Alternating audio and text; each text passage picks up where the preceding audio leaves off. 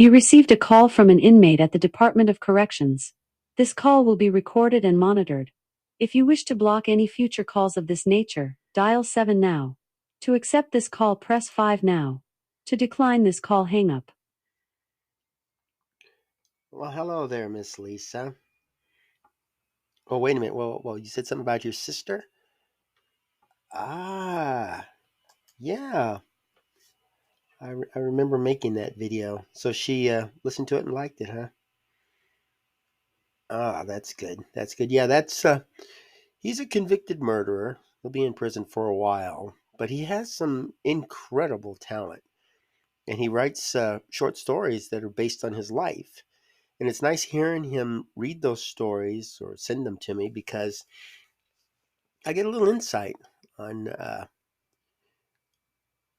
what was going through his mind at certain phases in his life, and then I also get a little uh, look into his past and some of the things that led up to his crime, and that stuff really fascinates me, and it also gives me some tools to use to help him feel better about himself and deal with the trauma that comes with being locked up for committing a crime, and helps him to realize what had happened. But I think the most important thing is it gives me a chance to share his story with the rest of the world so that they can understand what leads people to do these kind of things. And since no one person can be predicted, uh, learning as much about the person from that person's own words is really good. And I'm glad your sisters actually went online and looked that up. It's really nice that she wants to do some background, and I think that's the tool to help and reduce recidivism and cut back on crime and incarceration. Because if we know what leads to this motivation, we have a better chance of curtailing it.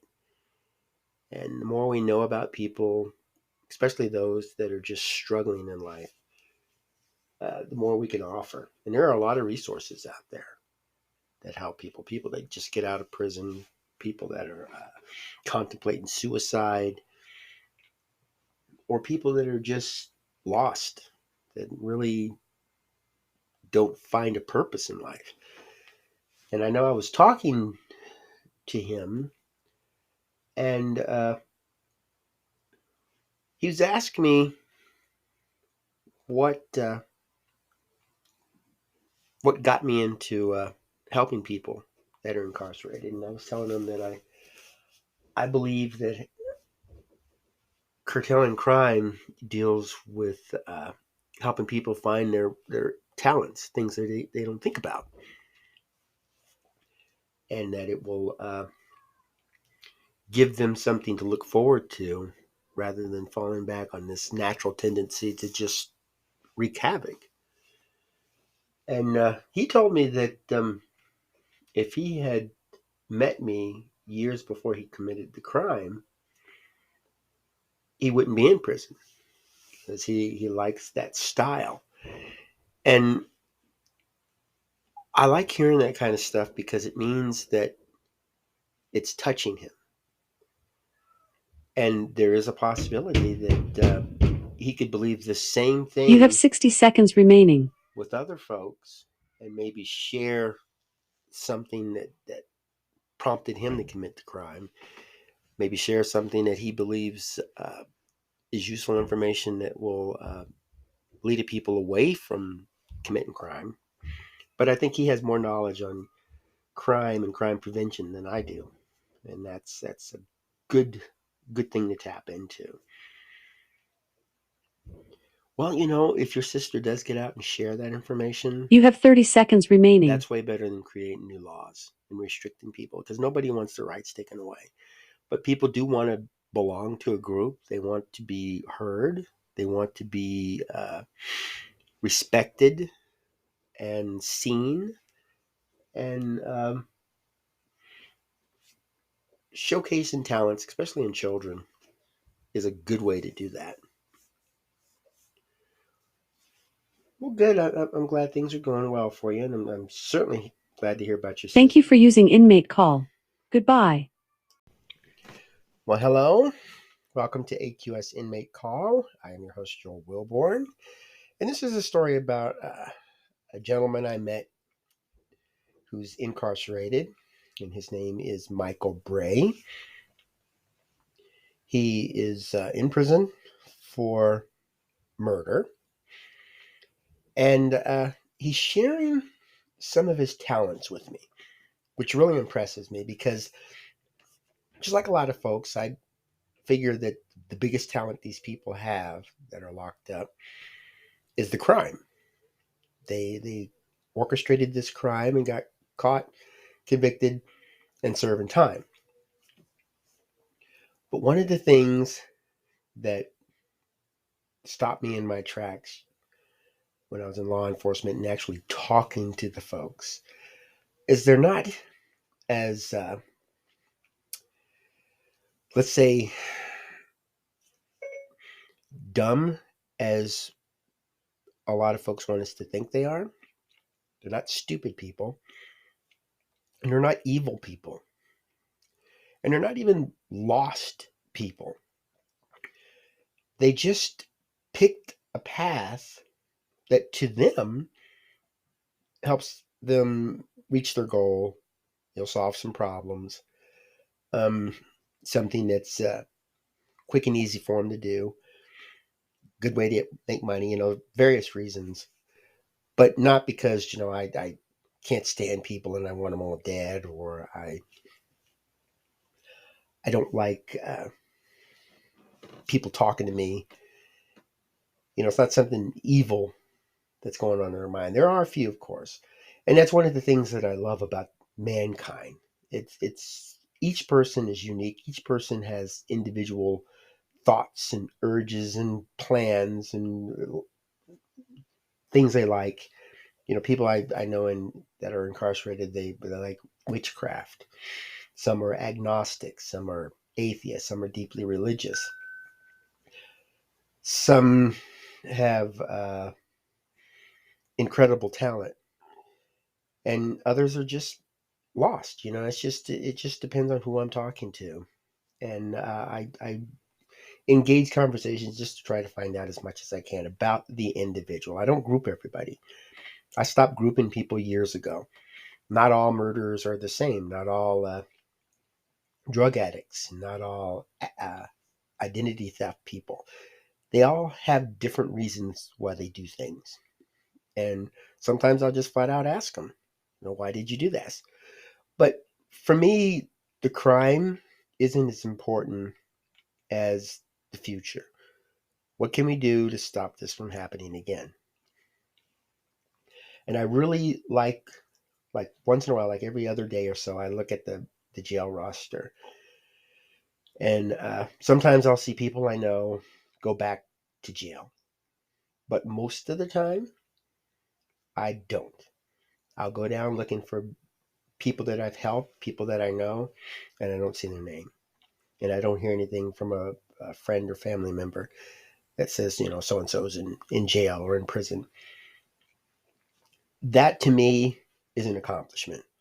There are some that were on the revolving door, but they're not now. And when I talk to them, I will criticize them, but it won't be something like you're stupid or you're crazy for thinking like that. I'm not going to degrade their opinion, the things that make them who they are. It's just more or less like I try to bring out the thing that went wrong, the thing that caused them to turn to crime. And I'll tell them, do you regret serving time? And most of them say, this is where I should be. And if I was out, I'd probably still be out on the street, still causing these problems. And that's the important part right there. They're taking responsibility for the crime. And then I want to focus on, well, what can we do to prevent this from happening again? And, some of them get upset that they did it. And that's one thing that we don't look at when we see people go to prison. It's traumatic. They don't they don't want to be in prison. They don't want to lose their freedom. And they know they did something wrong and they wish they could go back and change it. A lot of them do. And then like with Michael Bray, he watched a documentary on his story and they were interviewing the daughter of his victim. And she was visibly upset. And he said that it really bothered him and he wanted to talk to her, but he didn't think he could reach out and say anything. So he just made some contacts and he was able to get in contact with her and he apologized. And she accepted his apology. And when a person asks for forgiveness, it's not to help the person who committed the wrong. It's to help the person who was wrong. That's the sole purpose of forgiveness, to help you move on into your life and put that baggage behind you. And there's people that live their whole life and they're forgiven by multiple people and they never know it. And if somebody were to say, I forgive you, I don't know, it might make you feel good. But the one that needs to forgive you is you. You need to forgive you if you committed a wrong, and you need to change your ways.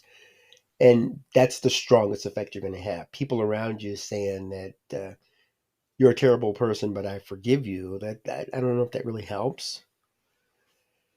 And with the folks that I work with who are incarcerated, I want them to feel that they're a part of society. I don't want them to feel like an outcast. I don't want them to feel that we don't want them around. And so my conversations with them are, what do you like to do? Where do you see yourself in 5 years? What's going on in your life that you feel that you can't control, that you can't overcome? And I really want them to know that they have supportive relationships out there. There are people out there that just want them to succeed. They genuinely want them to succeed. And the only way we can help them is not by restricting them from things. You can't buy this. You can't vote. You can't go to this location. You can't live in this area. That isn't going to help anything. It just makes them feel that they're not equal. And in the United States, we want everybody to feel equal. It shouldn't just be certain groups. We want everybody to feel like they're a part of the group. And to say everybody in here is equal, you have the same rights except you. That isn't helping. So I want the people to feel that they're a part of society. And we can overcome these little negative things that goes on. Yeah, I know people that are child molesters and sex offenders, and they have a huge amount of restrictions. And that's just because they have this natural tendency to want to attack people that they should not be even communicating with. And I can understand that. You know, a child molester should not be living next to an elementary school or teaching elementary students in Sunday school or even in school. But they have to understand that. We're restricting this because you have this tendency to do things, and we want to take away that. And and rest of us who don't have these terrible tendencies, we limit ourselves. If a person can't stop eating chocolate, and the doctor said, eating chocolate's going to be bad for your health, it's bad for your skin, the person will do something to limit chocolate or limit alcohol or limit marijuana. And that's because this person is trying to improve himself. And if we were to take these people and put them in a room and punish anybody that gave them the things that they're trying to hide or things we feel that they shouldn't have, that makes them feel like they're not equal. So the biggest thing we need to do is help the person realize you committed this wrong, you're in the healing phase. Any restrictions on you are necessary to help you. This is all for your benefit. And so people who are sex offenders, if they realize that they have to register, they realize they have to live in a certain community, if they understand that they're doing this for their good and for the good of the community, then we're successful. But if we tell them you're doing this because you are a terrible person, you don't belong out here with us, we're defeating the whole purpose. And I think the best way we can handle situations is to, just like we would with a child. When you're raising a child and the child commits a wrong, you want to explain why this is considered wrong. Now, if the child gets a pet and kicks the pet and pushes the pet and pulls the pet's tail or whatever, and you're saying you shouldn't treat your pet like that. Well, I'm mad. The pet did this thing to me. And it's more like, this is why. This is why we don't do this stuff. This is why people will call the police if they see you out there doing this. And try to get the person to understand what's going on. And people who are struggling in their life for whatever reason, that's the ones that we want them to understand what's going on. And that's why we ask them, what can we do? If they'll say, well, keep me away from this, or put me in this put me under a watch. And then it's more likely to have a bigger, better effect on them. But looking at the jail roster and not seeing names, it's a good thing. And talking to people, asking how you doing, and I mean, I've seen them get out of prison and just go off because they're so happy to be free. They want to go traveling. They want to do things that we take for granted. They just want to sit at a bar and talk to their friends or take a walk downtown or help volunteer and pick up trash. And we shouldn't hold that against them. If they're trying, if they genuinely want to be a part of society and put the prison life behind them, let's be behind that 100%. Why not?